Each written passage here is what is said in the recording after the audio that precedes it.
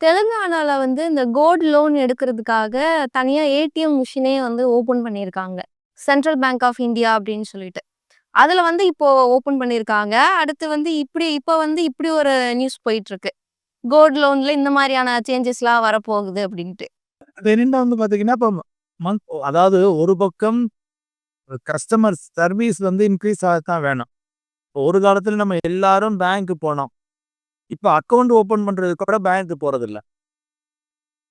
வீட்ல இருந்தபடியே account open பண்றோம். இல்ல ஒரு பேங்க் ரெப்ரசன்டேட்டிவ் வீட்டுக்கு வர்றாரு கேஒய்சி செக் பண்ண. வந்து பார்த்துட்டு நெறைய பேர் இப்ப நியூ ஜெனரேஷனா வந்து பார்த்தீங்கன்னா, அவங்க பேங்க் பிரான்ச்ல கால் மிதிச்சே பழக்கம் இல்ல. அந்த அளவுக்கு பேங்கிங் சிஸ்டம் மாறிடுச்சு. அதே மாரி தான் கோல்ட் லோன் எதுக்காக நீங்க போய் ஒரு ஆள்ட்ட வெயிட் பண்ணி, நின்னு அவர்ட்ட குடுத்து 1/2 மணி நேரம், 1 மணி நேரம் உட்காரணும். நீங்க போய் கோல்ட்ட போடுங்க. ஆட்டோமேட்டிக்கா இப்ப நான் அந்த நியூஸ் ஆர்டிக்கிள்ல நானும் பார்த்தேன். ஆட்டோமேட்டிக்கா வந்து ஏன்னா இப்ப 24 கேரட் மெஷின் வந்துருச்சு. கேரட் மெஷின் வந்து அசஸ் பண்ணும். உங்களுடைய பான் நம்பர், ஆதார் நம்பர என்டர் பண்ணுங்க. ஓடிபி உங்களுக்கு வரும். நீங்க தான் அவரான்னு சொல்லி உறுதிப்படுத்திக்குவாங்க. Address proof, ID proof validation. மெஷினுக்கு முன்னால நின்னுங்க ஃபோட்டோ எடுக்கும். கோல்ட வச்சுட்டு கோல்ட உள்ள பாக்கெட்ல போட்டு கேஷ் உங்க அக்கவுண்ட்ல கிரெடிட்டட் அப்படின்னு வந்துரும். உங்களுக்கு வேணும்னா நீங்க போய் ஏடிஎம்ல வித்ட்ரா பண்ணிக்கங்க உங்க கேஷ். சார் இப்போ நீங்க சொல்லும்போதே சொன்னீங்க, இப்போ ஒரு விஷயத்துல அந்த அமௌண்ட் கட்ட முடியல அப்படின்னு முடியாதுன்னு தோன்றவங்க, இல்ல அதுக்கான சோர்ஸ் இல்லாதவங்க கண்டிப்பா வித்துருங்க அப்படின்னு சொன்னீங்க.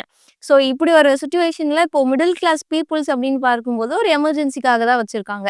ஸோ நம்ம வித்துரலாம் அப்படின்னு ஒரு நெறைய பேர் வந்து யோசிக்க, இந்த மாதிரியான ஒரு ஏடிஎம் மூலியமா வந்து லோன் எடுக்கிறது அப்படின்றது வந்து எந்த அளவுக்கு வந்து பாசிபிளா இருக்கு சார்? எல்லாரும் அத தேடி அதிகமா போறதுக்கு வாய்ப்பு இருக்கா? நீங்க என்ன சொல்றீங்க? 2ம் கான்ட்ராவா இருக்கு.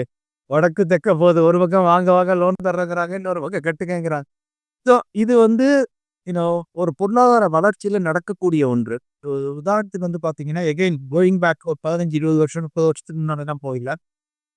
ஒரு சாமானியனுக்கு கடன் கிடைக்கிறது அப்படிங்கிறது ஒரு பெரிய இஷ்யூவா இருந்துச்சு. அவங்க போய் அதிக வட்டிக்கு தான் ஒரு தனியா மணி லெண்டர்ட்ட போய் வாங்க வேண்டியதா இருந்துச்சு. அதுக்கு கொடுமைப்படுத்துனாங்க.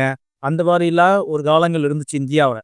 இப்ப அந்த கடன் குடுப்பது அதிகரிக்க, அத வாங்கி எல்லாருமே இம்ப்ராப்பரா யூஸ் பண்ணல. நெறைய பேர் 70, 80% வந்து அத ப்ராப்பரா யூஸ் பண்ணிக்கிறாங்க. தொழில் வளர்ச்சிக்கு கடன் கிடைக்குது. ஒரு காய்கறி கடை, சின்ன காய்கறி கடை வச்சுக்கிட்டவங்க காலையில போய் கோயம்பேட்லேருந்து மார்க்கெட்ல காய்கறிய வாங்கிட்டு வந்து அதுக்கு ஒரு வண்டி வேணும்னா, வண்டிக்கு லோன் கிடைக்குது இன்னைக்கு.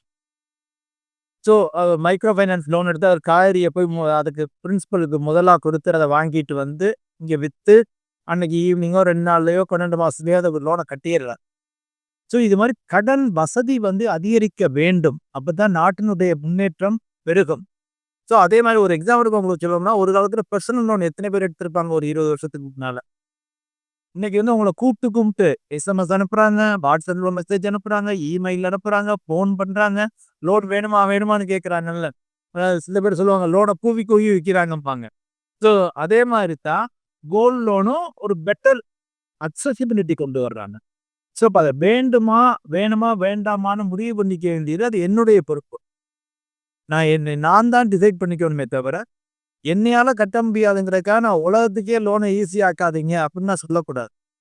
ஸோ அந்த அத வந்து நான் வரவேற்கிறேன். சென்ட்ரல் பேங்க் ஆஃப் இந்தியா செஞ்சது வந்து மிகவும் இன்னும் மகத்தான செயல். ஓவராலா இந்த சேஞ்சஸ்ல இப்போ மிடில் கிளாஸ் பீப்பிள்ஸ் என்னென்ன மாரியான சிரமங்கள் சந்திக்க வேண்டியிருக்கும் சார்? உங்களுக்கு தெரிஞ்ச அளவுக்கு அப்படி சொல்லுங்க. ஜென்ரலா வந்து எனி ரெகுலேஷன்ஸ் இன்ட்ரோடியூஸ் பண்ணையில middle class, lower middle class அப்புறம் எல்லாருக்குமே வந்து கொஞ்சம் கஷ்டமா தான் இருக்கும். I I don't disagree with it. But ஆனா, அது பழக அதனுடைய அட்வான்டேஜஸும் மக்களுக்கு புரியும். ஒரு காலத்துல ஒரு எக்ஸாம்பிள் சொல்லணும்னா, இப்ப யுபிஐ வந்து ஒரு 5, 6 வருஷம் இருக்கும். UPI transaction. ஒரு காலத்துல கடைக்காரங்க பூரா எல்லாம் கேஷ்ல வாங்கிட்டு இருந்தாங்க. கேஷ் தான் எல்லாரும் மக்கள் குடுத்தாங்க. நெறைய பேர் கேஷ் இல்லைன்னா வாங்காம போயிருவாங்க. இப்ப நம்ம பணம் எடுக்காம போனோம்னா கூட, மொபைல் ஃபோன் நம்ம கையில இருக்கு. உடனே குடுத்து நம்ம பணத்த வாங்கிரு யுபிஐல. ஒரு காலத்துல எல்லாம் கேஷா வாங்குனவங்க டாக்ஸ் கட்டாம இருந்தாங்க. சிறு கடைக்காரங்க பூரா. இன்னைக்கு அவங்களுக்கு ரூ. 10, ரூ. 20, ரூ. 50, ரூ. 100 எல்லாம் ஜிபேல தான் வருது. யுபிஐல தான் வருது. பேங்க்ல தான் அது ரெக்கார்ட் ஆகுது. அப்படிங்கையில இப்ப அவங்களும் ஒரு டாக்ஸ் கட்டுறாங்க. ஸோ இது மாரி மாற்றங்கள் வந்து நடந்துகிட்டே தான் இருக்கும். நடக்கிறது வந்து ஒரு வகையில நல்லது. கோல்ட் லோனுக்கும் வந்து அதுக்கு வந்து நிறைய எதிர்ப்பு இருக்குது. நிறைய அசௌகரியங்கள் இருக்குன்னா, I am sure Reserve bank of இந்தியாவே அதை அட்ஜஸ்ட் பண்ணி மாடிஃபை பண்ணி வெளிக்கு வந்துடுறாங்க புது சட்டத்தை. அதுக்கு வாய்ப்பு இருக்கா சார்? அவங்களே வந்து செக் பண்றதுக்கு? இப்ப எதுக்காக ஜென்ரலா வந்து ரெகுலேட்டரை பொறுத்த வரைக்கும் அவங்க எவ்வளவு கம்ப்ளைண்ட்ஸ் வருதுன்னு பாக்குறாங்க, புகார்கள்.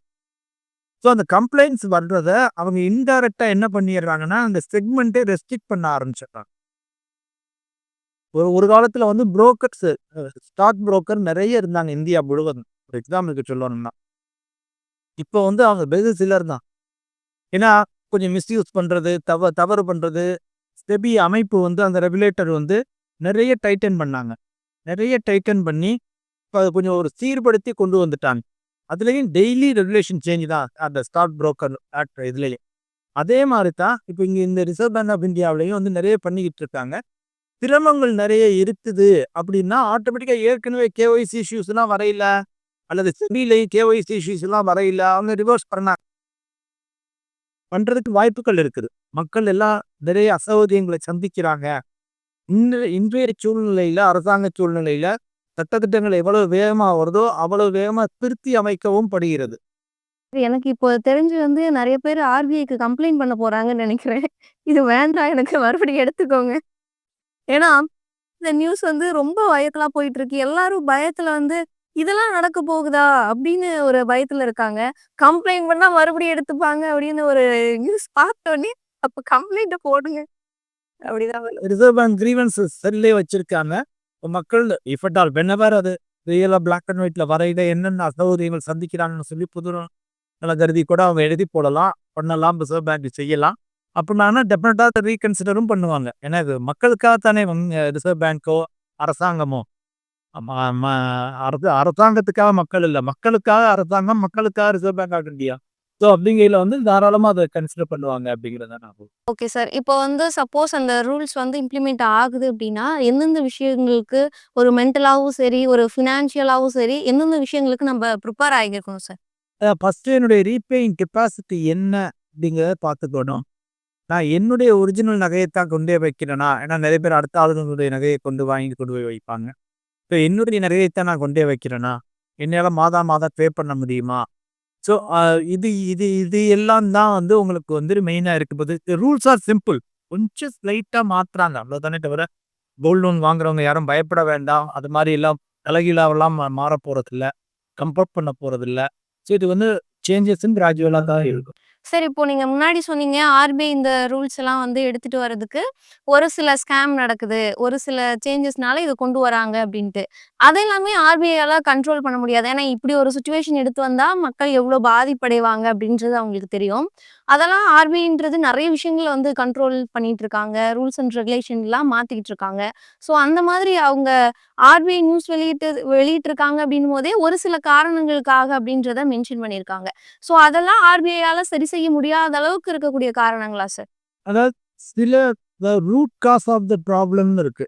ரூட் காஸ் ஆஃப் த ப்ராப்ளத்தை பண்ணி அதை சீரமைச்சா தான் வந்து நம்ம லைக் திருடனை பிடிக்கிறத விட திருட மக்கள் வந்து திருடாம இருக்கிறதுக்கு என்ன வழின்னு நம்ம பார்க்கணும் ஜென்ரலா.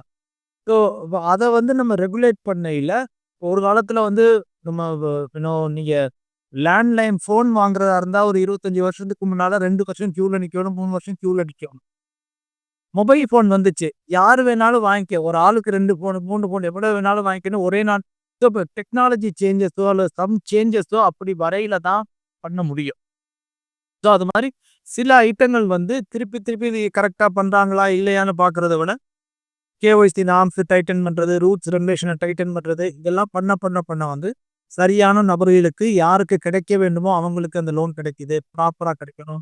மக்கள் அவங்களே வந்து ஜட்ஜ் பண்ணிக்கிறதுக்கு, என்னால் பே பண்ண முடியுமான்னு அவங்களே முடிவு பண்ணிட்டு போகிறதுக்கு இன்டைரக்டா நம்ம கிட்ட ஒழுக்கத்தை கொண்டு வர்றாங்கிற மாதிரி தான் நான் நினைக்கிறேன். That is my point of view. மக்களுடைய கருத்து வேறுபடலாம். ஸோ அதனால அதுதான் என்னுடைய point of view. Okay sir. இப்போ வந்து எனக்கு தெரியாது. இதுக்கு முன்னாடி வந்து கோல்டுலாம் ஒரு அடமானம் வைக்கிறாங்களா? எந்த மாரி ப்ரொசீஜர் இருக்கும்?